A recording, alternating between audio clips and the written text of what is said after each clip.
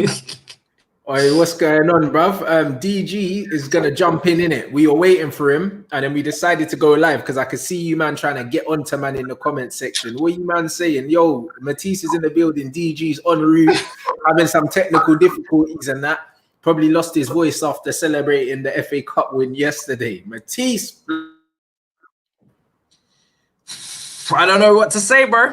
Let me get my glasses on, fam, because I need to analyze things carefully. Because if I speak, I'm in big trouble on your platform. You know, I'm in big trouble. Yeah, see, man said DG partying still. Trust me. That's what I mean. He's late, bro. You know that he's late, blood. I mean, what are you saying, my guy? Yo, man, I'm not gonna front, yeah, because a lot of Chelsea fans are trying to brush it under the carpet. They're trying to say, "Oh, it's just an FA Cup." Hey, man, yeah. I come in and I see someone saying DG's partying still. Allow me, man. I'm allowed to there. I've been trying to sign in. It's not letting me do it. I've had to use another laptop. Allow me. I was sat here ready. I got shanked. But yeah, I cut in, man. I say. This is it, bro. Yo, man, keep going. We just started. We are like, yo, like we're gonna let man jump in. Matisse was just saying how he feels, blood. What are you saying, Matisse? Yeah, I mean, listen, a lot of Chelsea fans are trying to pretend like this don't mean nothing, or it's just the FA Cup. We got the Champions League anyway. You man are in the Europa League. Listen, and I was interviewing a lot of Chelsea fans like months prior to this, and I was saying, what would you pick between the Champions League and the FA Cup? And most of them were saying the Champions League, long term over short term. You can bring players in, the revenue, the money. But I'm not one of those guys who's going to come here and be like, oh, I didn't care, because that's just lies. I wanted that trophy badly. It's not like the League Cup. FA Cup's got prestige to it. It's got history to it. You see what I'm saying? It's the most famous cup competition in the world. I wanted that cup. And you see top four. We used to troll Arsenal fans for celebrating it. I don't celebrate top four. I'm proud of my team for finishing top four. I'm happy. Same with United. We should be happy and proud that we done it and we got it done after it was looking ropey, and it's important, but it's not something to celebrate. I don't jump up in my living room that we finished fourth. I jump up and down if we win trophies. That's what anyone, you know, when 5 years comes down the line, no one's going to care or remember. I'm not going to care or remember about no top four. I want the trophy. Do you see what I'm saying? And to watch Arsenal lift it and Arteta and everything, two rookie managers who are coming in and they need to win, you know, trying to get their first silverware. It hurts, fam. It hurts. I'm not going to try and pretend like, oh, I don't care. We got Champions League. You man are playing against Doncaster, Bulgaria Rovers next season. No. Do you know what I mean?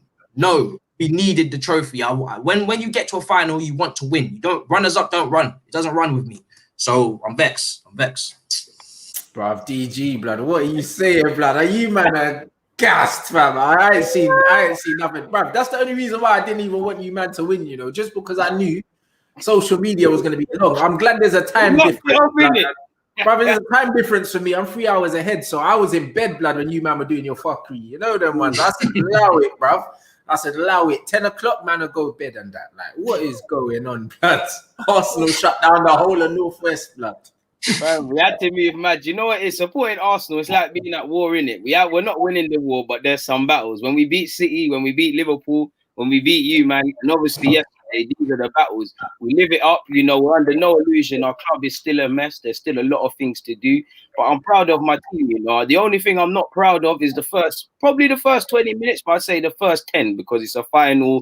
We're going to start. I was sat there, I was thinking, yo, we kind of, both teams have to win it equally. It's an FA Cup, but it's like we've got Europa League at stake. And you're seeing Pulisic. I knew his movement was good, you know. Obviously, maybe him coming off was a factor for Chelsea losing, but he looked sharp. They were pressing us, you know.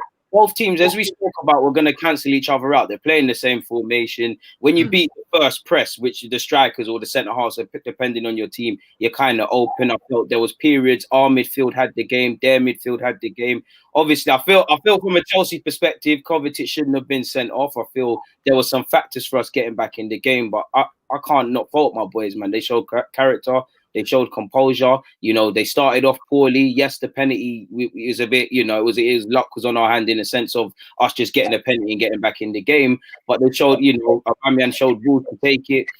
I did like how he was trying to target them down the left-hand side, and it wasn't really working. Tini was playing it, and David Luiz wasn't, and that kind of led to our first. Our second goal, I don't know what Chelsea's midfielders are doing. I don't know where Reece James was. Zuma actually did very well in the same incidents like a minute or so before, and he's not looking over his shoulder. But I think we settled into the game after about 30 minutes, and I feel we're deserved winners, man. I feel, yeah, man, I can't fault my boys. I came in when Matisse was talking about top four. Obviously, for my club and the finances involved, and long term, the boardroom is probably saying, you know, Champions League football via that qualification, but we don't celebrate. It's the FA Cup, you know, it's got a bit of prestige to it. Ideally, you want to win bigger trophies, but what can I say? It's a decent end to what's been a tough year, and you know, it's bragging rights. And to be fair, I've got all the trolling out of me and stuff, so I'm quite humble, man. But I was thinking it was going to be a madness. I was going to see Giroud scoring a brace. The most he did was bagging assists. Pepe turned up, he was taking them man there for cages. And I hear a lot of talk and smoke about Chelsea's young players, but we didn't, you know, our ones are the ones with the FA Cup. So Matisse, man, I'm on you today still, man. Yeah, come on, fam, bring it on. Let me. Everyone watching, Chelsea, yeah, man. Everyone watching, slap the like button, bruv. Or you mods, get onto them, man, bruv. Man wants them likes. I want at least 500 likes, blood, on this video, but I don't care. Every video now, man wants 500 likes. You man have been lacking. I put you on probation. You've been doing better now. You've been doing better, but you're not off the hook yet. You know them ones. Arteta's been in management for 3 minutes, already won a trophy. Arsenal fans are even more annoying now. Oli better bag the Europa League. Bro, it's facts, bro. And it's not like man won the trophy. He won it from coming from behind, fam, as well. You know them ones. So man actually had to do something in the game, change things, win it, bro. Show composure. And the thing is, what Arteta's shown you is you don't need to spend 200 million, bringing bare man to change things at a football club if you know how to coach things. You know?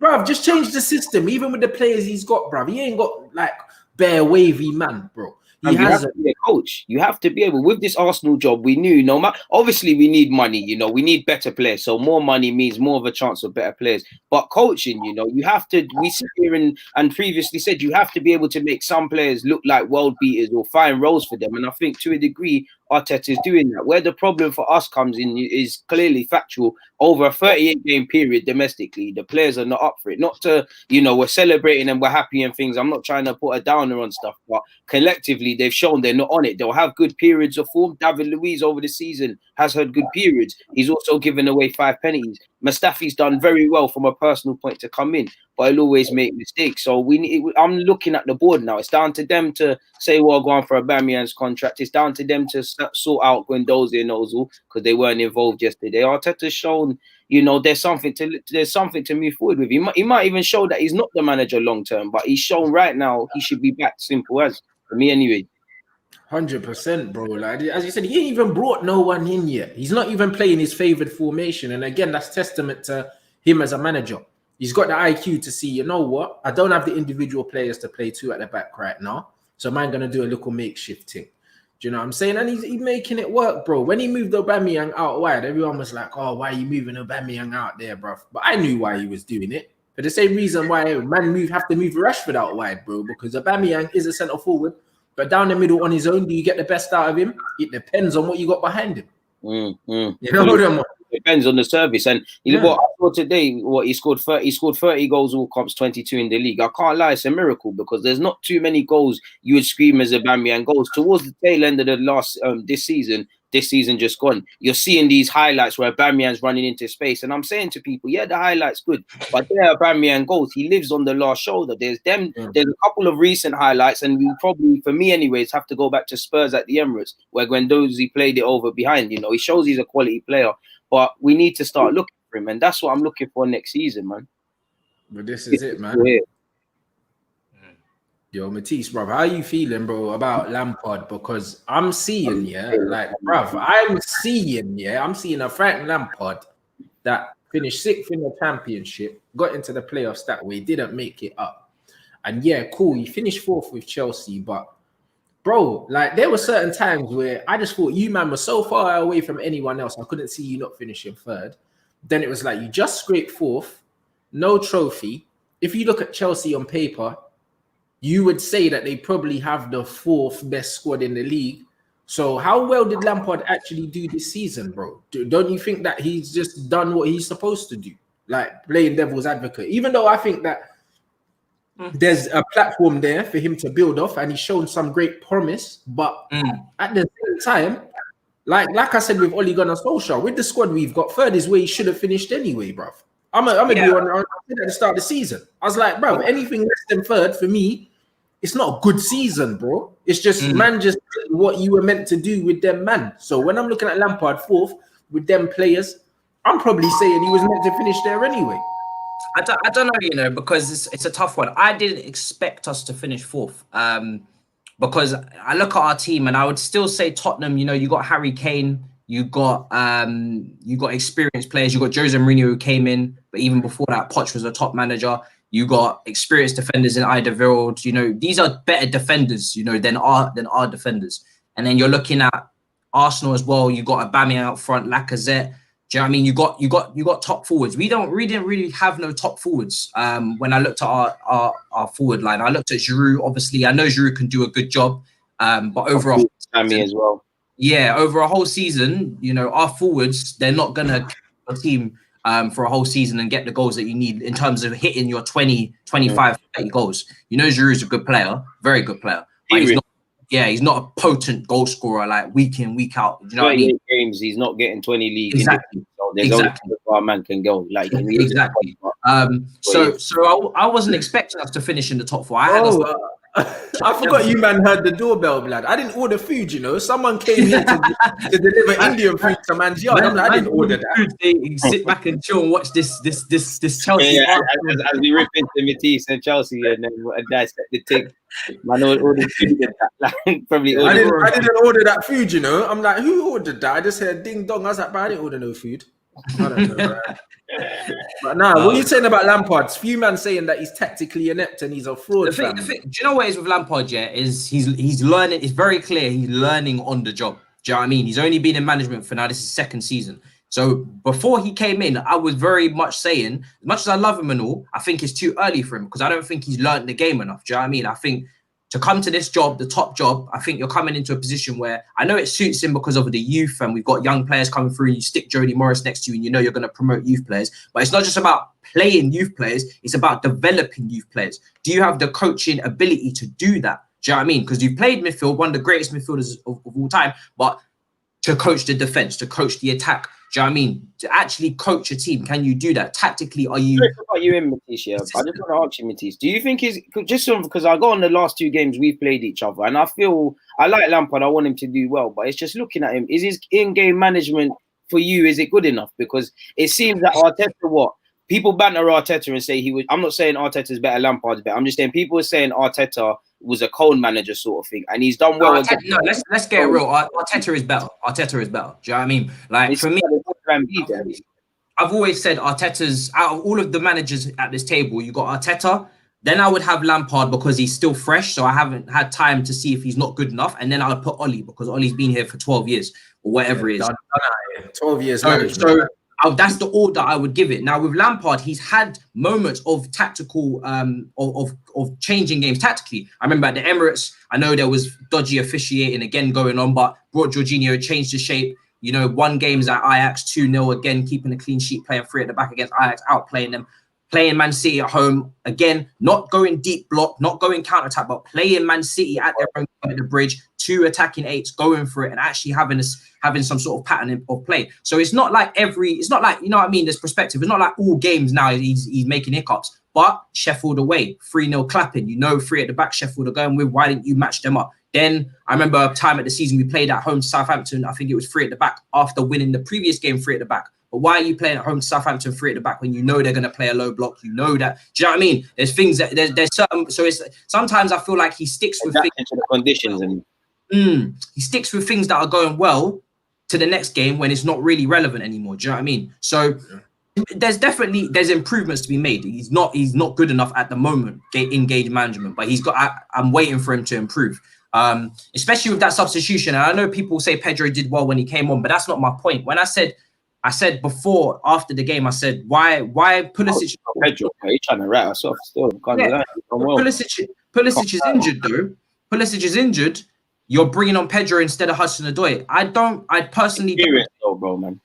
And I know the experience argument. I know the experience argument, but I've got Rudiger at the back doing the experience thing and getting slammed on the goal. Do you know what I mean? And the way point is it's 11v11 at that point. But you know what it is? Callum, it's because Callum, with all due respect to Callum, I love him, but in them situations there, it's the youngsters, they're hot and cold. Like he might go and do a madness. The psychology.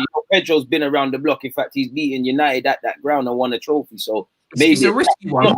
But as an Arsenal fan, if you're seeing throw it to you, if you're seeing Pedro or Hudson-Odoi come on as a fullback, who are you more scared of? That's my thing. Yeah, of course, Callum, because of that raw, the raw energy is coming.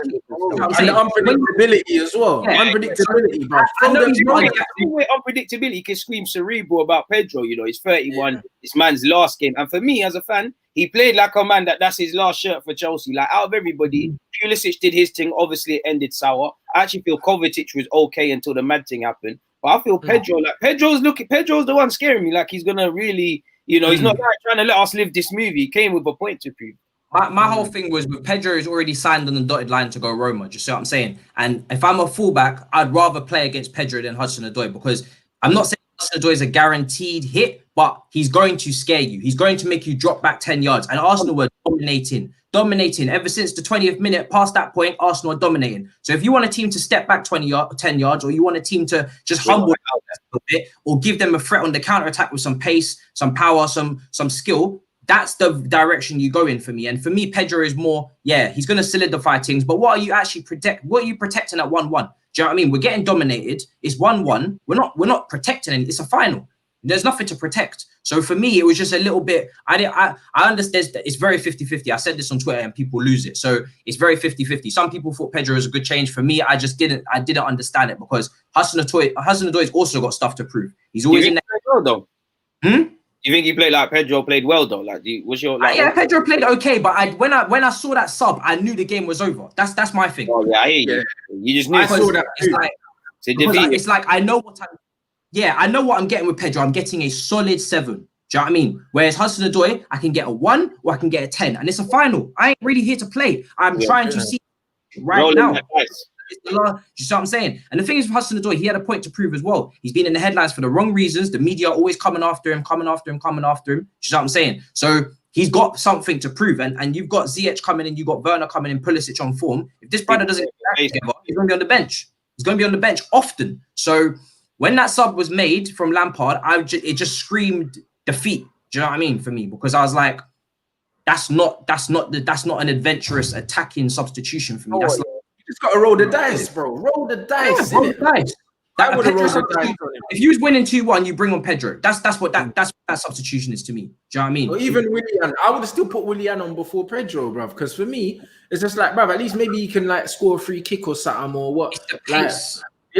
But like Pedro just doesn't frighten me, bro. Like there's just enough. It became a one-trick pony thing. It's like we clocked you lot. It's like you lot were trying to press us. Once we clocked you lot are pressing and we have to be brave, it was calm. Then there was a point you lot it was kind of working, but we was copying each other. We was trying that long diag into the spaces and things and like that. And it's like, that's your problem with Lampard. I'm looking at it from another perspective. And as an Arsenal fan, I can't cap. I'm always thinking about the opposition, innit? It's almost reactionary. Like even proactive actions are with that. Like I'm thinking Torreira needs to come on because we looked a bit tired in midfield. And it's like he took too long to change. It took too long to change his system. And it just seems like Lampard, like he said, he's changed it, but it just seems like in that game specifically, he just had one way to play. And it's like Arteta clocked it from early. And I can't understand because when you look at both of them in terms of experience, Lampard has, I won't go as far as to say significant experience, but he's led a team for a year, he's taken them championship. I think including yesterday, that was his 3 finals. So I was expecting a bit more from Chelsea in that regards. It just seemed like at one point it's lump it to Giroud and we're playing 3 at the back. David Luiz is doing okay in that regards. The thing is with Lampard as well, since he's joined, there's no specific style. That's my problem as well. Like there's, and I don't know if you agree with your team, Rants, in terms of Oli, but they don't seem to have a pattern of play they're trying to imprint on the team. So I can't see where they're going forward with the team. You see what I mean? Like we're playing, but it's like it's like vibes. It's just vibes. Yeah, but that's bruv, because we've just got 2 man managers, innit? They're not coaches, bruv. They're just man managers, innit? Lampard will just hug people, innit? And say, you all right, geezer, this, that, and the other, this, that, and the other. That's it, bruv. Funny, but you need to score tonight. Yeah, that's it. You know what I mean? Like, when we go forward, I don't see what we're trying to do. Do you know what I mean? It's just like you said, lump it to Giroud or get out wide and cross it. But then sometimes sometimes this season we're getting out wide to cross, but then we don't have our best crosser, Reece James, on the pitch, or we're getting out wide to cross, but then we don't have Giroud on the pitch. We have Abraham, who's terrible in the air. It's like things don't really make sense. Do you know what I'm saying? Now, similar to Oli, when I was saying earlier in the season, he doesn't seem to have a pattern of play style. And then obviously Bruno comes in and Pogba. I'm hoping our creative players that come in just take onus of that part of the pitch. Do you know what I mean? And start creating things and making it more dynamic. And your thing could bang though, because you know what it is, yeah? It looks like you don't have a style of play, yeah, because Lampard ain't that coach. However, you're a possession team, innit? It looks like Sarri ball, yeah, without the quality in the final thirds, innit? And the thing is, if you swap the players, it reminds me of United under LVG, bro. We were a couple quality players away from being a problem, and we sacked him, bro. Because you see the amount of possession that you have, you just don't have the quality there. If all of a sudden you're having that much of the ball, but then you've got Kai Havertz, and you've got Ziyech, you've got Werner, and man are still bopping it. You'll create things. Like LVG wanted Sadio Mane, yeah, and he wasn't backed, and we didn't get Mane, blood. But if we had 65% of the ball all the time, and we had Mane on one wing and Martial on the other or something, maybe we could have done something. You know them, man. But when you ain't really got that, I mean, them times we're starting Lingard and that, like, bro, like, do you know what I mean? Like, there's only so much you can do, bro. It's one of them ones where, like, if Lampard gets the players that he wants, I think he might be able to manage his way into winning trophies, blood. Do you know what I'm saying? Because you don't look like you're going to spend money. Yeah, you know what I'm so it's one of them as well, like certified players, like not the youth. And if it is youth, like it's like the Herbites where it doesn't really matter. They're kind of irrelevant in terms of 100. I mean, I know we're going to get onto the referee, but just to finish up on that performance, like, I'm not one of these people to be talking ref, because at the end of the day, we didn't play good enough. Do you know what I mean? So we had the 20 minutes, and after that, Chelsea were not good enough. It's just that's period. So before you talk about the ref, and I know the questions will come in for the ref, and I'll have opinions on the ref. Period. Chelsea didn't play well enough to win the cup. That's it. Do you know what I mean? So before we go into the ref, that's just has to be said, because really, they were poor. They were poor. Do you know what I mean? And it's funny because we talk about mentality and motivation. And I remember last season, a lot of people were like, and our managers have been saying it for years. Conte said it, Sarri said it. This team is very hard to motivate. When Lampard says it, everyone's like, the team must be hard to motivate. Yeah, people like, yeah. That's, you know what I mean? Like, we've been told this. We've been told this for years, that this team is hard to motivate, but now it's taken someone with the passion. Because it's Lampard, like literally. Exactly. Because the other managers before him didn't have the passion. Do you know what I mean? So it must be their fault that they can't. No, it's always been these group of players. Just what I'm saying, and that's why on the last show it's very important to get rid of the players that are the constant. The Williams and all of, I'm not saying these are the individual, but I'm only making guesses and hypotheticals that, listen, if you've been here the whole time, we've had motivational issues, and it must be you. Yeah, it must be you, innit? You must be around. That core group of players that have been here for the last 4 or 5 years, during our decline, they need to go. Rudiger, Williams, all these man. Do you know what I mean? And I don't know who it is, but it's like when you got an infestation in your house, you don't care. You just spray. Do you know what I mean? You spray and you get rid. I'm not really here to find which what you just through my house now, but I'm allowing you. The whole thing can go in it. The exterminator just clean up the whole house. I don't care which insect it is. It's all of them got to go. It's because we got young players coming in, and I don't have time to be seeing the mentality drop or any single little parasite get in, and then we turn to Tottenham where it's just bottle job every time, bottle job. And I'm very, very also clear to distinguish between Lampard, the player, and manager. People are like, Lampard player won this. It's not relevant. Exactly. Just because you're a good player doesn't make you a great manager, and vice versa. Do you see what I'm saying? Bro, so listen, if you look at the track record, if anything, if you're a good player, you're probably not going to be a good manager. There's not many of them. There's not many of them, bro. You can count on one hand how many guys have been top players, and they're half decent managers, bro. Yeah, like the half decent, bro. Where are they? Where are they? They don't exist, bro. So man can't be judging man, purely off their playing career, playing accolades and all of that. True. So when I see 3 final defeats in 2 years, I'm like, listen, next one needs to be a win. I'm not trying to get into this snowball effect shit, because I know it worked for Klopp. He had like 7 final defeats and then he started rocking in the trophies. But that's like the fairy tale story. And then there's like 100 more stories under that where they all just they're shit managers.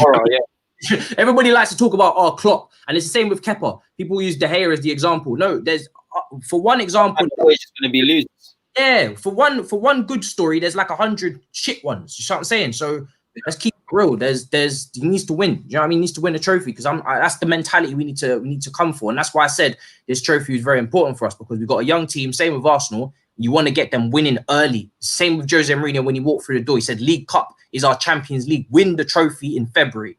Before you even think about league, I want you having a trophy, the winning feeling, before you even start talking about anything else. And that's what I'm happy with Arteta personally. That's why I'm so happy Arteta won it, because he's winning this 6 months or so. You know, obviously, when Arteta took over, that doesn't irrelevate what happened in the rest of the season. But since he's taken over, it's kind of been a season sort of restart. And for him, it allows him to sit there and say with the players, yes, with all due respect to the FA Cup, you know, it's a very decent trophy. It's a fantastic accolade to win. But in comparison to what I would like my club one day to have, the champs and the Premiers, or being in contention, it's not what we're doing. But he's sitting there and he's saying, I've been here for 2 minutes. We've done what you lot failed to do last year and being in a final against the same opposition and get over the line. What this feeling feels like. Imagine what it feels like when you win major trophies. Remember what it felt like this season to not be in the top 4. Remember what it felt like to use the Europa. And in a good sense, remember this and use these feelings to drive you. You know, I think players, we always hide behind managers. And I know with the way the game's going, we don't really know what players do, but players need to figure out it themselves. And I've seen my club, similar to what Matisse does, too many men here that they want to win one day, but there's 100,000 other occasions.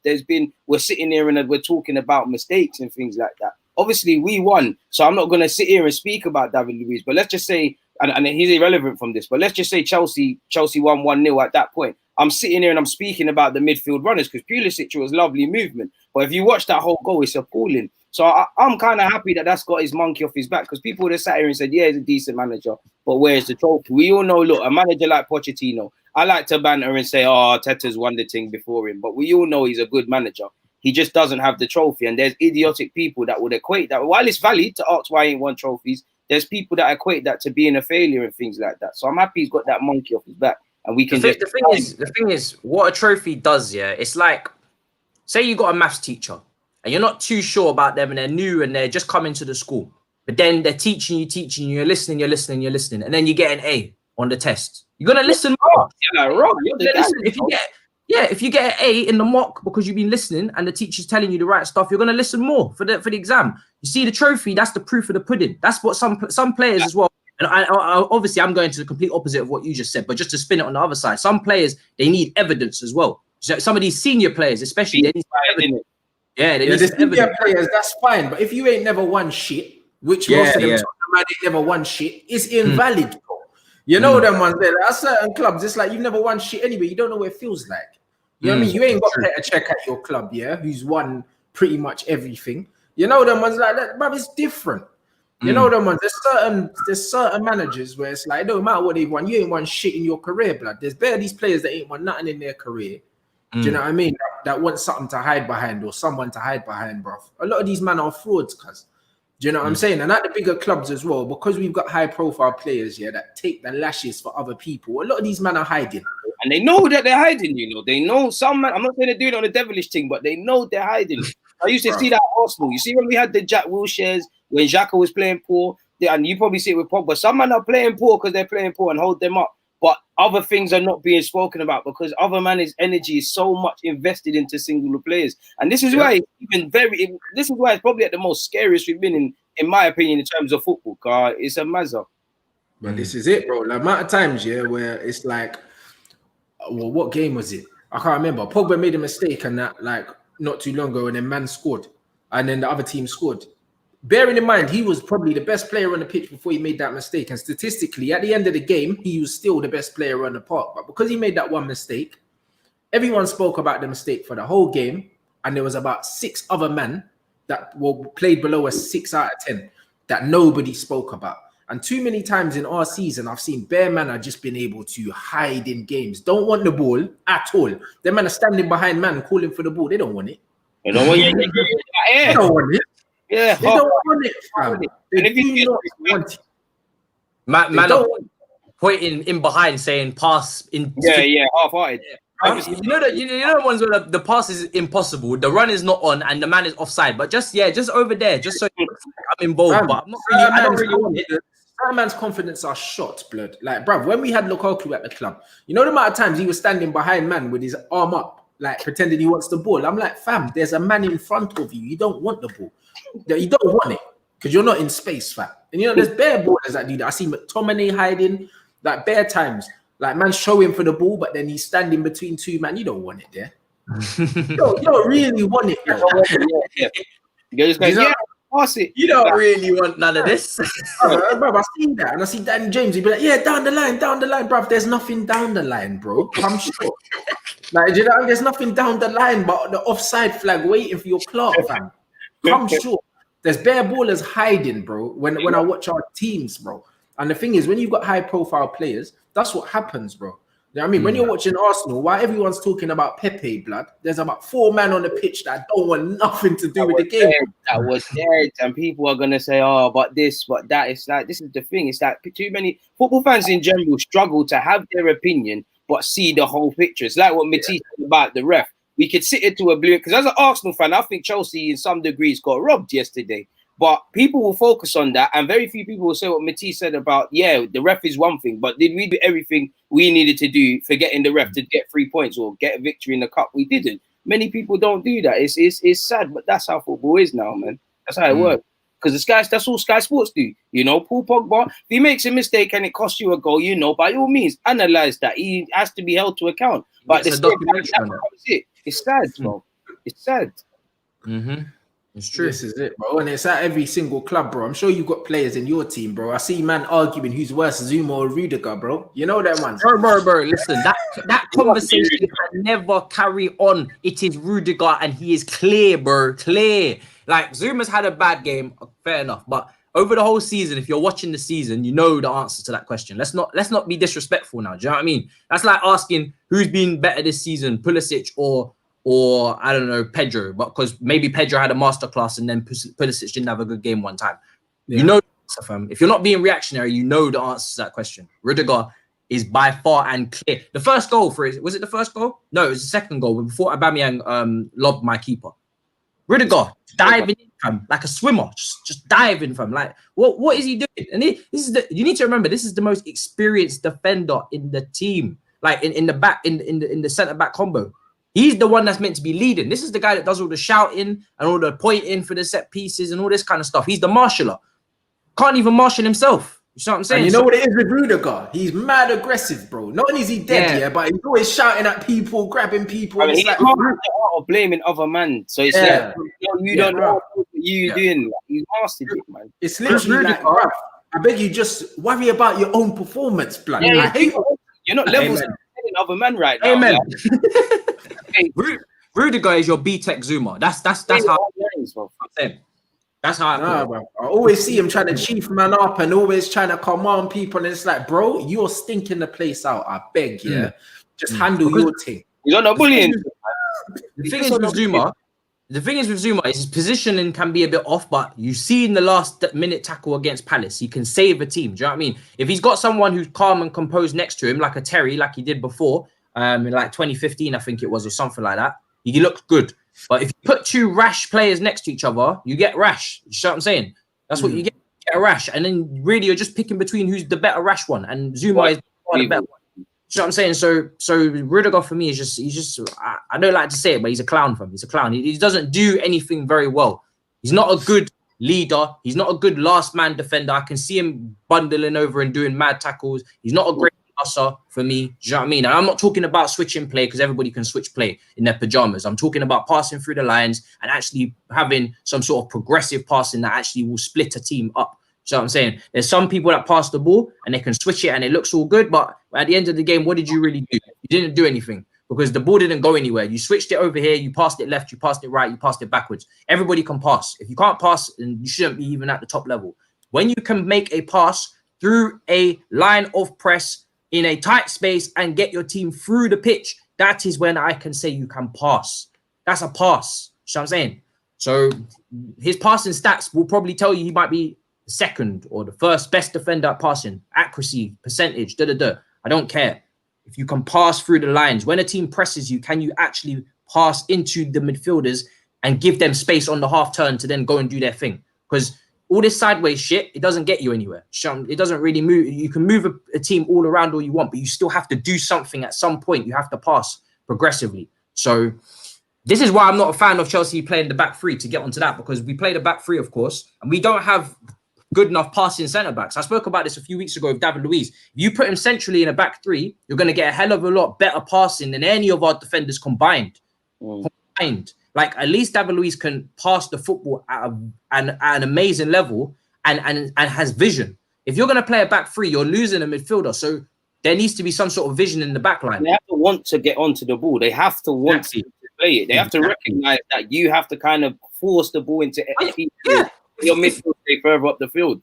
Yeah, I mean, if you're a left-sided or right-sided centre-back, you have to at some time step into the midfield and do something. That is your play and become like a fullback, essentially. Yeah, I don't need a line of five passing it. Was doing yesterday. That's not going to work. That is how you turn. That's how you go from a back five that is defensive, or you go to a back three with wing backs that is progressive. That's the difference. Can your defenders pass the ball? If they can't pass the ball, you get trapped, and that's what happened. Arsenal just ended up trapping Chelsea, and we just ended up on the back foot the whole game. That's a mad thing. Where you sitting now on Aubameyang, DG? Because they asked him in the post-match about his future. He said he doesn't want to talk about it for whatever reason. How confident are you that he's going to stay, fam? I mean, without knowing anything, nothing's changed, bro. Nothing's changed. You can't really be too confident. It sounds stupid, but beyond winning the FA Cup, what's changed? You know, what you're hoping is that, you know, with what we spoke about, Arteta building something, got a spirit, you're hoping that it further confirms what Arteta's probably been telling Aubameyang and convinces him a little bit to commit his future. Obviously, if we're talking about trophies, he wants to win or be in the contention for the Prems and the Champs. But at least, you know, we've said in a bad season, we've made something happen, you know, simple as. So I think when you be open on that, what can change? It's at the end of the day, money talks. If you put the contract at the table and all the I's are dotted and T's across, he will sign it. But I think Aubameyang is waiting to see. I don't think money's the problem. I think he's waiting to see what we're trying to do as a club. Like, is Arteta going to be back? I don't think he wants to. Obviously, would like to, but I don't think he's going to ask to know, like, who are the transfer targets. But are things going to change? Because again, and he done the right thing, because with this being said, you know, you scored two in the semi-final and final. Why would you come out and speak about it? The best thing you can do is keep quiet. You know, we need you already to sign for this club. You already, the more you keep quiet, the more we buckle, and the more you could potentially get money. Again, you're hearing or you've seen news that's come out that he's technically got another year in his deal. But it depends on the finances. So it works out in our favour to try and renew a deal, not do a United thing where you activate Pogba's and then chat to him about the next thing. So that probably gives us a leeway. I'm not saying Aubameyang's about money, but I think he's entitled to around 15 million or so if he waits out this contract. Let's completely be honest. 15 million is 15 million. He might take that and say, you know what, I've had a year under my belt. All I'm hoping is that with the COVID and probably the need for the big clubs to do business elsewhere, they probably leave him alone, which if no one's trying to make you move, you know, it's just a case of, are you going to sign this deal? And even then, you know, the best thing he can do is drag out this contract. You know, it could be worse because you don't want this over your future, but the longer you drag this out, the more we need to buckle. Imagine we're going in October and he's still not signed this deal. It's bad at us because Raul Sanyi, the thing that I was gassed about him signing is he said, you know, if you're in the last 2 years, you got to fix it up. I'm seeing Aubameyang's deal. We got saved with Saka. I'm obviously seeing Kolasinac, I believe, Eddie Nketiah, Lacazette, all contracted until 2022. So I want to see if we've learned from hindsight and applying foresight. And Aubameyang's probably the same. Like, he's probably waiting on what we're going to see. And, you know, he's going to take a week or two or whatever holiday, think about it with his family. It's an important step. But I don't think it changes too much beyond, you know, it's a good moment for us. And maybe he thinks it's a brethren thing. Let me stay. You saw Pepe and him and Laka. You obviously saw the pictures coming out with Saliba in and around the club. It seems that he finds it happy here. But at the end of the day, money talks, man. So we have to see, man. I don't think much change, Rants. Yeah, it's a mad one because I've seen loads of different things here. One guy is saying if Aubameyang leaves, if he doesn't leave, then at his age, he's not ambitious. But then on the flip side, bruv, like, what top teams in Europe right now need a 31-year-old centre forward that's going to be guaranteed a start, bro? Like, when you go through all the top teams, there's not one. Do you know what I mean? There's not one that guarantees him a start. There Or he's isn't happy one. to be on the bench. And if he is happy to be on the bench and be at a team that's going to win trophies and pick up a decent pay packet and do better than what we have with Arsenal, play Champions League football, I can't fault him. But it's exactly what you're saying, Rants. It's almost like the need for him to play Champions League football is greater than the club's need for him, because I'm sure on ability, you know, he's been linked with the Bayerns, the Barças, the Inters. All of these teams will take him. But when you look at the finances behind it and the priorities elsewhere and consider COVID, it might not just be worth it. You know, for 2-3 years or even longer, because he looks after himself, he might be a good investment. He's going to score goals. But it just seems like one gift that Arsenal might have is that other teams are doing other business elsewhere, really. Bro, because you bought him for what, 60 mil or something a minute? Like, and 50, 60 mil. And he's, bruv, you would have to say, that he's still worth 50 million now, even at his age. Do you know what I'm saying? Oh, yeah, 100%. You know what I mean? So, with Arsenal, you've been 20-30 with COVID and with a year left. And if Aubameyang digs his heels in, you potentially get a bargain. But there you go. But it's kind of like, who's going to spend 35 million, on someone that they're not going to start in this current climate, bro, when teams are doing swap deals everywhere? Do you know what I mean? I don't see it happening, bro. I see a situation where he wants to stay, but at the same time, he'd be open to moving somewhere if a bigger club comes in for him. But I don't think a bigger club is going to prioritize spending their money on him, especially in a situation where they don't need a starting centre forward now, bro. Do you know what I mean? I'm looking at Man City, like as like maybe the only team, but again, it's like him and Aguero. What's the age difference? What, a couple years? Maybe literally a year, maybe even literally a year. But that's what I mean. So it wouldn't make sense. No. It wouldn't make no sense. Do you know what I'm saying? And it's just like you look at the Bayerns and all that. Like you don't replace Lewandowski. So exactly. He doesn't go back to Dortmund because what's the point? And they got Haaland as a young youth. Do you know what I'm saying?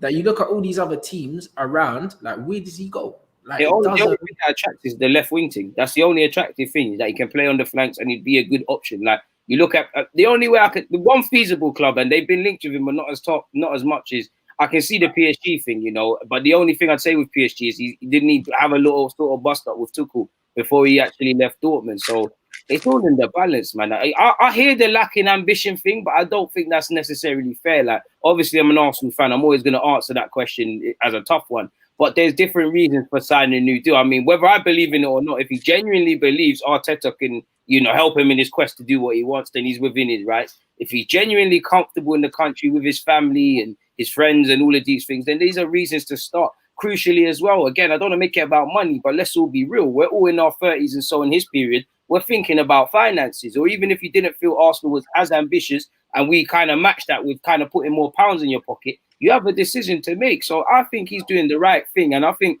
I'm not saying his dad is involved or anything, but when you see his dad come out on Instagram and kind of give out, like, I want you to stay at Arsenal, then you see Aubameyang play coy, then you obviously fans are always going to ask, much less when he scores 2 goals in a final in a comeback against, you know, your London rivals. It's in his best interest to delay. And sooner or later, within the summer, hopefully, we're going to have to reach a point where we either say, cool, you're going to run down your deal, you do what you want to do, or we're going to sell you. And selling you with COVID and stuff, we're not going to get the most back for him. Even if we didn't and the climate was calm, we're not spending 50, 60, we're saying 50, probably 60, 70 to immediately replace his goals. We probably, if we went for a Werner, which is gone, we might have done a thing. So we're shooting ourselves in the foot. You know, I remember when some Arsenal fans were saying shot him, I said, okay, you shot him for, let's just say hypothetically 70 million, which wouldn't be the case. You're going to have to spend 70 million on the next striker, because the next striker you're looking at won't be 70 million on a striker that won't be better than him, because a striker better than him doesn't come to Arsenal. Simple as. Unless you really thought it's not gonna bang. Unless you did something like Werner, which realistically we probably were never in for Werner. Just looking at the fee he's gone to Chelsea with, and I could see Arsenal playing that. You know, it's a bit less than Lacazette. You know, it's nothing to do with Lacazette. But if Aubameyang was signed first, I don't think he would even sign Lacazette, such as Aubameyang's stature and things like that. Because I think Lacazette showed his quality. But it was a thing where he had injuries and he's shown that clearly from early he's not the guy to score 20 league goals. And Wenger, for all his criticisms, wasn't actually 100% sold in him. And it was you kind of see why to a degree for all his qualities. Like, he's hit a purple patch, but we need to keep him, you know. Lacazette's future probably as to why we haven't decided Lacazette's contract is my point of mentioning this, because Aubameyang, you know, if Aubameyang leaves, whether Lacazette's a goal scorer or not, he's got to stay because it's a bit of a madness. Yeah, I mean, I don't think he's going anywhere because it just doesn't make any sense. It doesn't make any sense. That. And it doesn't make no sense really for him because, as Rants has been saying, I don't see who's going to pick him up. I know Chelsea was linked with him. And then when we started going more into it, Chelsea were just like, he's a great player. He's going to guarantee you goals, but it's the wages. It's the fact that he's 31. It's the fact that he's not the long term. It's the fact that you have to start him. Very much now. And do you know what I mean? It's like all these things coming into it. That's what all big clubs will be thinking. If you're going to make an investment in COVID times, you're going to make sure it's long term. Patting yourself up for a good 3, 4, 5 years. You're not trying to have to get someone in and then have to go and get another person in 2 or 3 years. It's just, it doesn't make no sense for most big clubs, you know, and especially with the young players around. There's a lot of attacking talent out there. Do you know what I mean? So it doesn't make any sense. Werner would have been the perfect replacement for you guys because he literally plays striker and left wing. He's quick, so he plays the same way. Same league. Do you know what I mean? It's the same thing. It's the same thing. The crucial ones. And it was good. It was a great price. It was like 47 million we paid for him. So that would have worked perfectly for you. But now that he's gone, it doesn't make no sense for you lot to get rid of him either because, like I said, you can't afford to replace him. Can't afford to replace him. He is making more holes unnecessarily. Like with the position that you have finished, you are punching with a striker like that. Because if a top team in the league had a striker like that, they would win the league. You know what I'm saying? So for you, man, to have him, you have to keep him. Some people are saying, "Oh, sell him and reinvest." You ain't reinvesting into the. That's like 20 million. That's not gonna do nothing for us, bro. I can't lie. You're gonna get 50 tops. 50 tops. You can't that's wishful, bro. That's because the reason I'm saying that is because if I want Aubameyang, it's more Aubameyang. I'm gonna make Aubameyang force to move. I'm gonna say to Arsenal, I'm not giving you 50. He's got a year left. You're in Europa League. He needs you. You need him, sorry, more than he needs you, sort of thing. The longer it drags out in the summer and he's really on it, Arsenal have a decision to make. I'll say, cool. You don't want to give it to him? I'll shout him in 6 months. I'll shout him in January. If he's not banging, all right, cool. We F off and we go elsewhere. If it is banging, we get him for free. So we're very much. He's got every ace in his pocket. Like Arsenal need to make a decision. Do you potentially run the risk of maybe overpaying for a player according to his age and things like that, even though his injury record is spotless? Or do you concede he goes? If he very much goes, that is quite simply a dent to Arteta's plans. It is a dent because you're now making another hole in another shirt unnecessarily. You instantly took 20 league goals, I always say, but 22. It sounds cliche. I know we finished 8th. But where the hell are we without Aubameyang's goals? And if we really cared like that, we'd go all the goals he scored in the context. You know, how many times were we losing and he's patterned it for us, like on Sunday, or we grabbed a little draw and things like that. It's making more problems. Like, put it like this: how much 3 years on how much money did you just get for winning the FA Cup and getting to Europa League? What, 30 million? You already Aubameyang over the next. If you keep him, right, put it like this, Arsenal fans: you keep Aubameyang for the next 3 years. How much money is he going to make you? Do you know what I mean? Even about all for free. If he helps us, made you yesterday. Really simple as over time. Bro, in cup competition wins or qualifying for Champions League, how much money is Aubameyang gonna make you? He just made you 30 million the other day. This brother is well in his right. 2 goals he scored. He made you 30 mil. He is well within his right. Do you know what it is? Do you know? I'm not saying nothing. Do you know what it is? Yeah. Especially with Arsenal, obviously, we've got a young manager. I love all these players for the future and what they're going to be tomorrow. But I think with the context Arsenal is and how fans just speak about that in general, man, forget about now. Like, okay, we're trying to be that tomorrow, but we're trying to take plans to get there now. Some man need to help us, you know. If everything is, if is the maddest word in life, you know, if we support Arteta properly, you know, you pattern the side with a 20 league goal striker who, you know, it is a rarity to say he's bagging it from the flanks as well as up front. You could do something in the next 2-3 years Aubameyang's there for. You give yourself some leeway and say, all right, cool. Even if Aubameyang signed a new deal, I hope the club are looking for that long-term replacement because that's what real clubs do. Foresight. You know, it's obviously Dorman's thing's a bit different, but if they sell Highland, there's probably a next man ready to come in and do their thing. When Sancho goes, they're probably eyeing up wherever he is a next man. We need to learn from hindsight and apply foresight. Aubameyang's replacement should be drawn up in the same way. Ozil, we should have been looking, not just in terms of his age and the soap opera he's been, who is going to replace that creativity? Because now we're hitting and hoping with Joe Willock, with all due respect to him, I don't think that's him. I think he's a pivot man. He's an industrial. He's someone that either plays with Xhaka or fight Xhaka for that. So we need to learn from mistakes, and maybe even we haven't even spoken about it, and you don't know for obvious reasons. We don't like to kind of make this about Mesut Ozil, but with Mesut Ozil's contract and other big earners, I can't see us, you know, either not getting rid of them and giving Aubameyang the new deal, and obviously patterning what we're saying we're going to pattern. Obviously, I don't know the club's finances. I'm not in the boardroom, so I'll never know our financial landscape. But that's how I feel as a fan, man. Yeah, bro, absolutely, fam. And what do you make of? I saw someone saying you ain't got enough specialists at the club. You just got bare just really ballers. That's the thing, like us. We have bare squad man that are first team man, but really they're squad man. Bare man are little but this and but that. There's no specialist. Like Aubameyang, he's a specialist goal scorer. I know people talk about general play and stuff. There's a beauty in just having a man that's what he does. We don't have enough of that, you know. We don't have any creators. We've got that Torreira was that for you lot, and then like man don't fancy him no. He don't fit in the thing now. Clearly, he don't fit in the thing. Especially maybe if Arteta goes with a free midfield, he might get a blind playing as a DM. But the pivot, he's not offering the football that Ceballos supposedly offers, so he's not getting it. Xhaka, I feel Xhaka does numerous things good. I don't think he does anything great, but I see why he's in the team. Torreira's not doing that. We don't have any specialists. Remember when Arsenal used to have an abundance of especially creative players? So when you don't have creativity, when you don't have industry, when you ain't got no dynamism, when you don't see looking at our players in isolation, none of these players look bad, but together you don't see no creativity, no goals, no like, okay, cool, you lot want to try and break us down, you can't break us down sort of thing. You're gonna be in problems, and that's what it's about. You lot know yourselves. You need man that complement the side. That's why I don't mind Torreira staying. If he goes, he's not a fit, but if he stays, there's no one else that puts in a foot. You need a man or two that can do that. You need man that can break the lines. You need a couple dons that can do a bit of both. That's what people don't understand. Every footballer is a sort of part to the puzzle, and we don't have enough. That's why Ceballos is playing like as much. You know, we might not need to even keep Ceballos if we had the Rosicki's, the Santis, the Wilsheres, the Ramseys, and you lot know the lists already, man. So we're in issues in that regard too. Absolutely, bro. And same, how do you feel about the Chelsea squad as well, bro, in terms of what you've got, bro? Because it seems like I think all of us are in a situation where our teams, like, we look like we've got 3 or 4 managers, players, isn't it?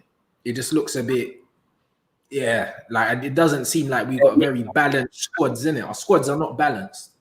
Yeah, I mean, it's funny because half the team I piss me off and half the team I love. It's very much like that. Do you know what I mean? There's half this team I see potential, I see energy, I see something special, and it's this expression we used before. It's a bunch of kids leading their own class, because the seniors, it really, for me, it's the seniors I don't connect with, if I'm being real. It's a lot of the seniors.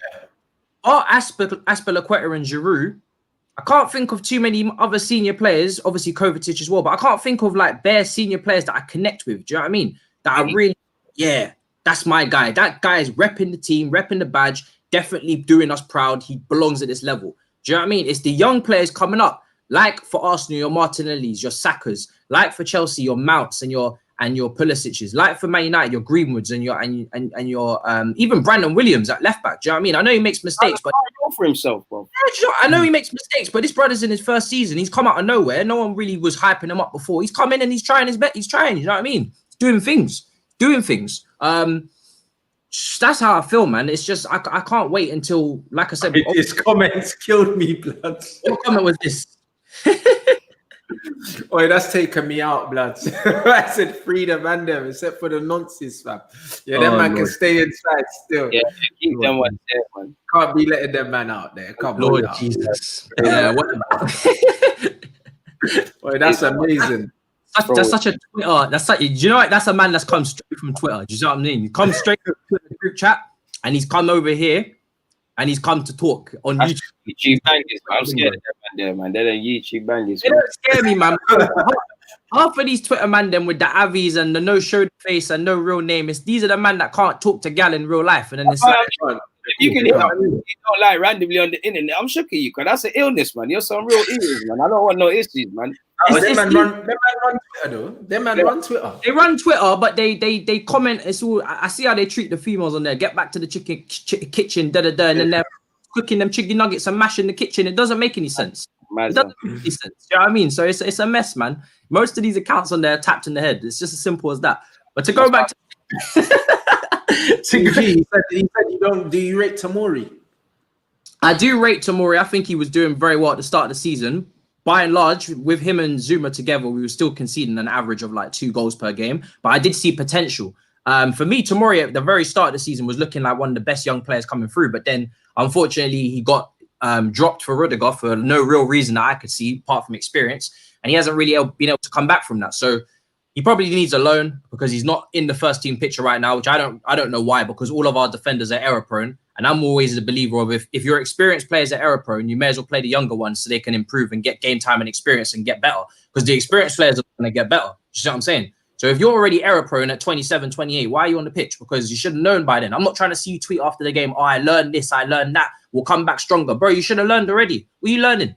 That's like that's like trying to teach a class and then you're telling the class, oh, I'm still learning as well. It's like, okay, but you need to teach us, bro. You know what I mean? Teach us. It's not gonna work. So I'm just waiting. I'm just waiting for the transfer window to conclude. I want a new defense, new goalkeeper. Before I only said we needed 1 centre back. I'm not gonna lie. At this point, I'm ready to take 2 because it's looking real ropey back there. It's looking real ropey. What's this? Watching? Okay. He's watching from Zanzibar. My man's really watching from prison, innit? You man, let us know where you're watching from. I swear down, I'm rolling. You know, man said watch your thing on the window. Go and bust us on the shit. Big up, guy. You know, make sure you're getting in that gym time as well, fam. You know the man. You can't be a sitting duck on the wing, fam. You get me? That's a bad thing, blood. Make sure, blood.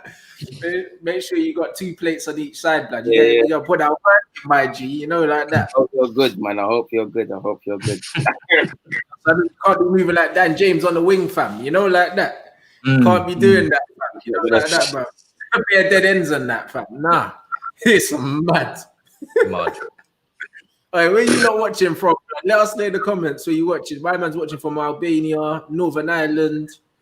Later, fam. Nah, big up.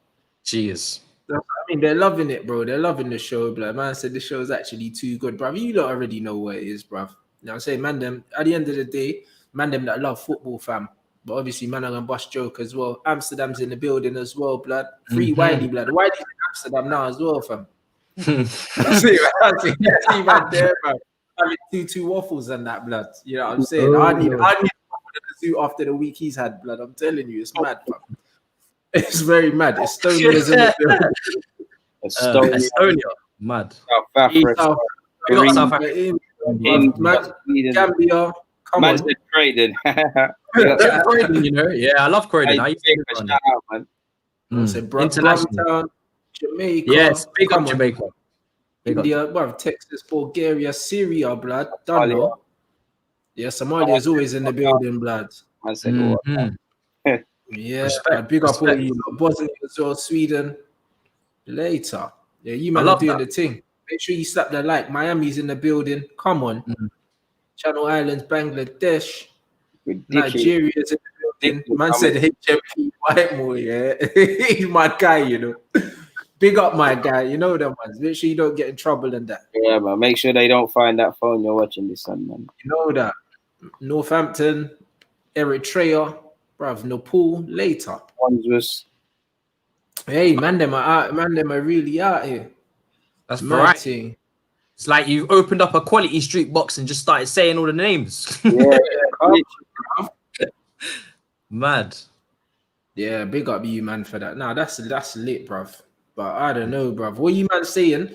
Transfers. I don't know what's going on with Arsenal. Them man are saying. Someone messaged me saying, "Oh, I heard from a reliable source. Jadon Sancho, blood. I told you, man, that was happening time ago, blood. Stop DMing me this Sancho nonsense, blood. I'm just waiting for him to just sign the thing in it, bro.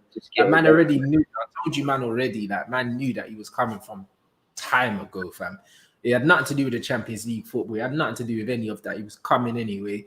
You know them ones, bruv. I don't know. What's the latest with Havertz, blood? Because it was getting hot and then I just ain't heard nothing.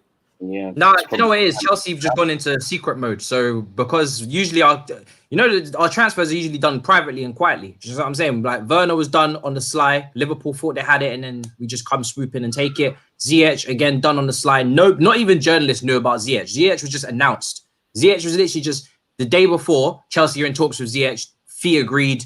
personal personal agreement agreed, now onto a medical. Literally out of nowhere. Nobody predicted it. Because usually our fan base will try and pattern themselves up if a player's coming in, try and like start grouping video and yeah. Start, you know what I'm saying? Now they start, oh yeah, let me watch a few comps, let me look at him. Oh, he looks nice. Yeah, I like that. It looks good. Welcome to Chelsea. Yeah. Just like slap across the whole fan base. So I think when I hear nothing, it's a good thing because it just means that we're getting towards the fine. There's nothing more to hear. Do you know what I mean? It's like Sancho. What more can I hear? There's nothing else. Personal terms are agreed. Just agree a fee with the club and get it moving. Do you know what I mean? It's the same with Sancho. There's nothing more, nothing extra to say. There's nothing extra to say. So Havertz is literally, it's like 90% loaded. It's just get the game on. Do you know what I mean? There's nothing more on him. He's literally almost hit. I hear that. What's the deal with Arsenal, blood? Because there was bare talk of Thomas Partey coming in and then like what? Like is he signed a new deal or something like that? I don't know. I expect him to. I don't know what's going on for my club. Who are you meant to be in for? Because I haven't really seen you linked with anyone, bro. 1 minute Partey, then it's Coutinho, then it's Szoboszlai, then it's this and it's that. Don't get twisted. I love all of these names, but truthfully, I don't think any, at least to a fan, F-all's happening. Like all clubs, I'd imagine in the previous months you've been talking to targets and things. I'd like to see some movement and some concrete evidence in the sense of, we know that we're in the not in the Champions League, I'd love to be in it, but we're in the Europa League now. And I remember Arteta saying, if months ago we're planning for 2 or 3 different scenarios. Now we've got this scenario confirmed. Does that mean we can sign X and Y target? Maybe we start to see some acceleration on that front. But in terms of concrete stuff, as this Arsenal fan, I don't know. I know a lot of Arsenal fans are a bit mad. I see them tracking planes of Torreira signing for the club. But this Arsenal fan right here, I don't know what we're doing. I ain't seen nothing to suggest anything's happening, to be honest. Like Aubameyang is like a new signing for us. That's the biggest thing. He's trying to get him to sign a new deal, if anything. We ain't got long anyway because it's like it's a couple week break in between football stopping and then going again. So it's going to be a fluid window, isn't it? There's never going to be a complete standstill in football. There's pretty much going to be football played the whole time, all the way through. Apart from a couple of weeks. Like I think Ziyech and Werner already started training with Chelsea. You know them, yeah. So it's like Saliba with us as well. Yeah, so there's not going to be much of a break. So it'll be very, very interesting to see what goes on, especially from you lot, because it's been quite quiet. With my team, if it's really quiet, I get worried because we can't do nothing in silence, blood. You know what I'm saying? Our things are easy, that thing, bruv. Man have sagas like Dragon Ball Z, blood. Our team, like literally, it's like, bruv, that Sancho saga, fam. You get me? Like the saga. Bruno was about 2 years in the making. Yeah, the Bruno saga was from the season before. Man, stay having sagas, bro. Like man, the Harry Maguire saga, blood, where man tried to haggle it down, then pay 10 million more the next year and that. Like man, stay doing sagas, bro. Like that's what we do, innit? So I know if we haven't been linked to the man publicly by now, we're probably not signing him in.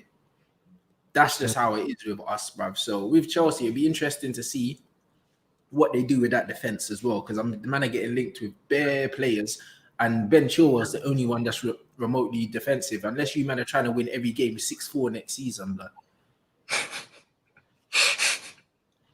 I know Declan Rice's links are very strong because he's literally almost twerking for us now on his lives, and he's actually not on man. That guy needs to shut his mouth, man. Talking about the references, to make the agenda happen, man.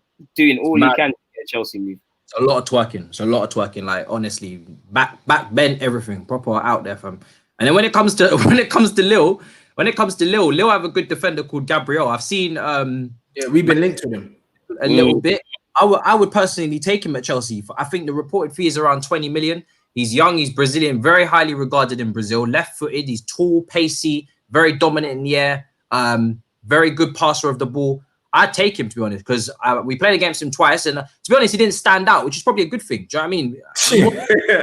Yeah. More time having a stinker, bro. Yeah, more time your opposition player like, oh, he didn't stand out, it must not be good. Do you know what? He didn't stand out. That's good news to me. It sounds like he's not a risk taker, he's not error prone calamity. So I'll take him. I've heard great things. I've watched a few games back now over the last week to just because I'm personally searching for defensive targets, because obviously Chelsea are not really linked to ones that I'm too keen on at the moment in terms of Chilwell and whatnot.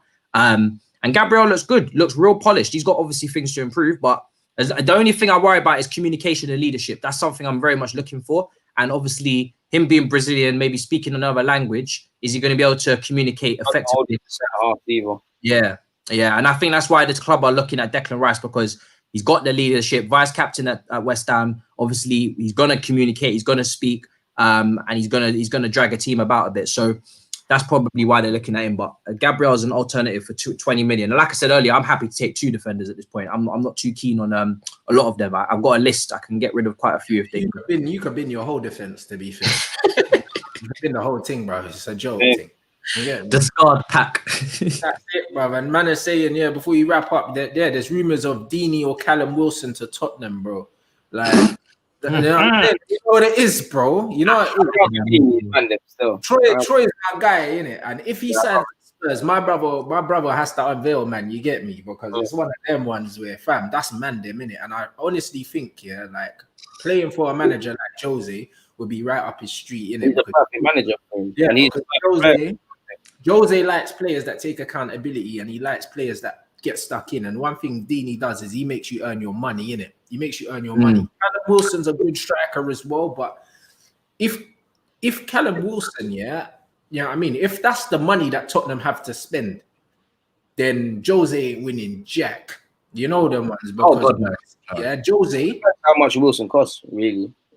Yeah, but either way, them man are not gonna cost big P, bro. Like, do you know what I mean? These man, because they both teams have gone down, like Troy and Callum's are like a 15-20 million thing, innit? So if that's the money that Tottenham have to spend, Jose is taking these man to hell and back, bro.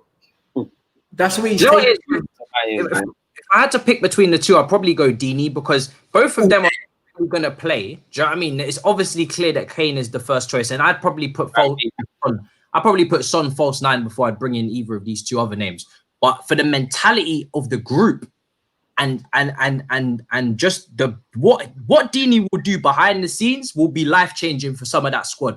Do you know what I mean? Some of them just need to like grow up for real. That team is so wishy-washy and so like inconsistent. You look at Nombele as well. Some like another player's been frozen out. Talented player just needs a Deeney. Do you know what I mean? Because like we've spoken about Jose Mourinho's man management in the past, he either pisses you off or you love him and you'll die for him.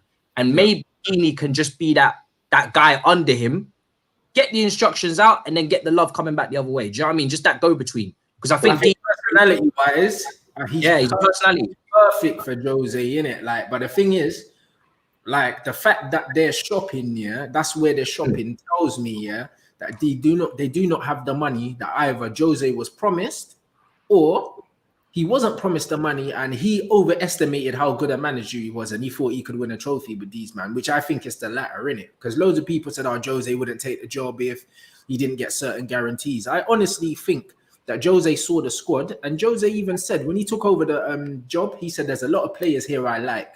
Jose looked at the squad. He probably said they're an aging squad. They remind me of my Inter squad a little bit. Man's got Harry Kane to score the goal. Like Melito. I've got the older defenders in Toby, Vertonghen, etc. Do you know what I mean? Like I've got Wanyama in there, Eric Dyer, a player who we tried to sign for Manchester United. Do you know what I mean? He looked at these players and he thought, you know what? I could do a thing. But what he wasn't banking on is, bruv, the team morale is at our all-time low anyway. These man's legs are gone. Do you know what I mean? And it's just... You have to wonder how much they spent on what? Ndombele was 60. Lo Celso, I could be wrong, but I'm going to go as far as to say 40 million to make that permanently. That's like 100 mil on that midfield. And Lo Celso's playing and he's all right, in my opinion. Ndombele's got all the ability in the world. It's just not working with Jose. But I think, you kind of have to work. People talk about with Arsenal, but people don't actually look at Spurs in terms of what they're doing. That could be, if I am right, 100 million spent. I'll stand corrected if I'm wrong. You look at the fact that they forked out a couple of decent contracts.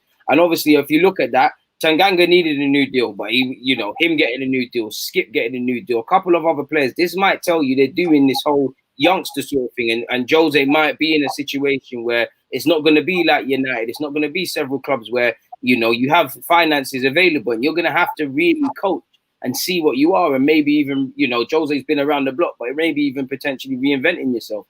Well, you're going to have to earn his money, blood. You know what I mean? For the first time in a long time. And I just don't think he's got in his locker, bro. And for the brother that asked me, would I take Eddie Howe as Ollie's number 2? Why would he be number 2 to a coach that he's better than? It don't make sense, man. It don't make no sense. Do you know what I mean? I reckon he can come and get a calm mid-table job in the Premier League. Calm. He's already shown that he can take a club with minimal resources, with a stadium that isn't even really a Premier League stadium. Do you know what I mean? And keep them respectable for long enough, bro. The cycle in football is usually about 4 years before you need to keep reinventing yourself. Yeah, 5 years in the Premier League. Yeah. Right. That's what I'm saying. Teams go stale and they couldn't keep up with the spending. You know what I mean? But he done well with what he had. You know what I mean? And honestly, he's not a number 2, bro. He's shown that he's good enough to manage in the Premier League. And if managers like David Moyes and that keep getting jobs in the Premier League, then I don't see it long before Eddie Howe gets a job. No, he's a top manager. Do you know what I mean? I think I saw something where he took them from, was it League 2? I mean, he's been grinding with them. He's grinding. Right. Like, people forget they obviously only talk about the Premier League part, but he's been grinding for time. Do you know what I mean? He grinded with them now. Yeah, he's someone who's earned their stripes. Do you know what I mean? I talk about Lampard earlier on, maybe not doing enough management before getting to the pinnacle, and now he's kind of having to learn on the job. Eddie's done his homework. Do you know what I mean? He's done his homework. So to keep Bournemouth in this league for as long as he has, and the thing is, it's not even really the spending; it's who they bought. We speak about Solanke, Jordan Ibe, League 2 to Premier League. Yeah, so it's like it's been a long journey, and then they spent money in the wrong place. Obviously, he's got a say in transfers, so he's got to take some accountability for that as well. But because they do look like his, you can't always get it right though. Yeah, you can't always get it right. I think he's due a bigger move. I really do. You don't see too many young English coaches coming up like that. He's like the Jamie Vardy of management. Do you know what I mean? He's come from League 2. He's come and rise through the leagues. He deserves a crack. I think he'll do very well. I think a team like Tottenham suit him. You know what I mean? So a team like that, if it doesn't work out with Jose, which I don't expect there will, I think a team like Tottenham suit him because I'd like to see him at like a Newcastle or something, like, you know. Yeah. Like, I mean, the thing is, Newcastle, they're not getting any money now, innit? So they're not getting no money, but they got a big fan base. They still have more money than Bournemouth, though. Yeah, you're kind of handicapped. Newcastle. They're due to get relegated soon. More money than Bournemouth, big fan base. Do you know what I'm saying? Like, I think he did make Jordan Ibe the record signing, and Jordan Ibe didn't do a damn thing at Bournemouth. Maybe him with more money might be looking at him a bit funny, but I definitely think he's technical now, like, or something. Yeah, he's definitely a good coach. He's a coach. You're giving players like St. Maximin, them man, bruv, he could do it. He could do all right. Definitely a Premier League manager, and you know we'll have to see how it works out. You know, I never wish bad on any club, but you know Eddie Howe's leaving. A number of what Bournemouth fans would describe as their quality players will probably leave. You know, the immediate question when a team gets relegated is how quick can they bounce back? And I could always be wrong, but it looks like Bournemouth are just going to have to sit in the Championship, maybe lower for even longer because several players are going to leave. COVID, I'm not too sure, but I did hear something about a lot of Bournemouth players don't have release clauses. So that's probably further putting financial problems on them. So it might even be penny payments. You know, maybe Ake, you know, his expected sale to City, what we're all said to believe, might ease the burden, but yeah, and the thing with Bournemouth, not too many players are going to really grab respectable fees. Like Fraser's gone on a free, you know, Beeling, they might get someone, you know, they got King, they might get a fee for that. You know, Stanislas Wilson, you know, you can see them staying for a year in the Championship or getting moved. These might not all depending on what happens. Leeds might take a few off them. There's not too many players you look at Bournemouth and you go, yeah, you're not going to be playing there. You look at Norwich. Norwich have been, you know, they're rock bottom, but you can see a Max Aaron staying, but he could get a move. A Ben Godfrey could get a move. Jamal Lewis, Wendy or Cantu and so on. Like, so it's not looking good for Bournemouth. I can't even lie. Those Norwich players that you mentioned, they can command real fees. That's the thing as well. They got promise, talent, full. You know what I mean? They as well. Can't underestimate. Yeah, English tax, of course, and they're young players coming up. Whereas Bournemouth, are you really gonna? Do you know what I mean? Like you said, they're kind of anyway. Like they're not sign one of their players. Bar Ake, you sign one of their players. It's not a guaranteed hit in the Premier League. It's kind of wishy washy. Do you know what I mean? It's not. I've seen there's players in the Championship, in all honesty, that are more Premier League like level than what Bournemouth have got. You look at Ben White, you look at Ben Arama at Brentford, even Phillips.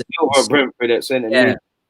Players like that, I would take them over Bournemouth players before 100%. Especially Bournemouth's back line, man. Like excluding Ake, someone taking a Francis, a Cook. No. These guys are made for the Championship. They keep a Ramsdale. I like him, but it's probably in his best interest to stay unless a Prem move happens. You know, it's not looking good for Bournemouth. Jordan Ibe is not that he's done a damn thing at Bournemouth, but he's leaving. It just looks like they could do a Sunderland. I want to be wrong. I never want to see that, but it seems like, you know, you can only see you sinking. Like if someone buys them, and then I know their manager, their owners come out and made a statement and said committed to making them bounce back. But then he's not going to say anything less, is he? Like he's not going to say, I don't know what happens now. He's not going to say that. He might lose bums on seats when we do return in terms of sponsorships and all these sort of things. So it's not looking good for them, man. It's really not looking good for them. Watford the same. I don't know if they'll be back either because, you know, Delafeu, Decore, Capoue, there's a couple moves for certain. Too many good players there that they'll probably lose. Yeah, especially Sarr and them man there. Yeah, they're gone, bro. Do you know what I mean? If they lose trade, they're done. Do you know what I'm saying? You know what I mean? That's talisman there, bro. You know what I mean? And as you said, like there's some top players, bro. Like there's Premier League level ballers. If they lose those, it's a struggle, fam. So it'll be very interesting to see the moves. I mean, it's a very different summer. It's not going to be like, yeah, man, I got 6 weeks, 8 weeks and that, bro. We're going to see these moves happen within the next 2-3 weeks. Bare man just moving. You know what I mean? And the whole football landscape's going to change like in no time. So a part of me is kind of excited to see what happens, bro. And it's nice that we've still got football while this is going on. Because, you know, when there's no football on and you're just twiddling your thumbs, looking at Sky Sports News to see what's going on now. Nothing truly happening. Nothing happening. But now, bro, like there's things going on, you get me? So man's enjoying it, man. So big up everyone that watched. Make sure you slap that like button if you haven't already. Do you know what I'm saying? It's been a good show again, bruv. Pretty much 2,000 people watching at one point. Mad thing. So, yeah, bruv. Man, them doing numbers. Make sure you follow the man them as well. The at's at the bottom of the screen. You already know what it is. Like, every time we appreciate it, man. Big up. If you, man, got anything that you wanna plug as well before we dip, then, bruv, let the people know. Nah, man, they already know it. You already said, like, my socials are there. Deluded Gooner on YouTube. That's it, man. Matisse might have something. Nah, man, it's just Twitter, to be honest. It's just one-way traffic straight to Twitter where the mayhem continues. Videos.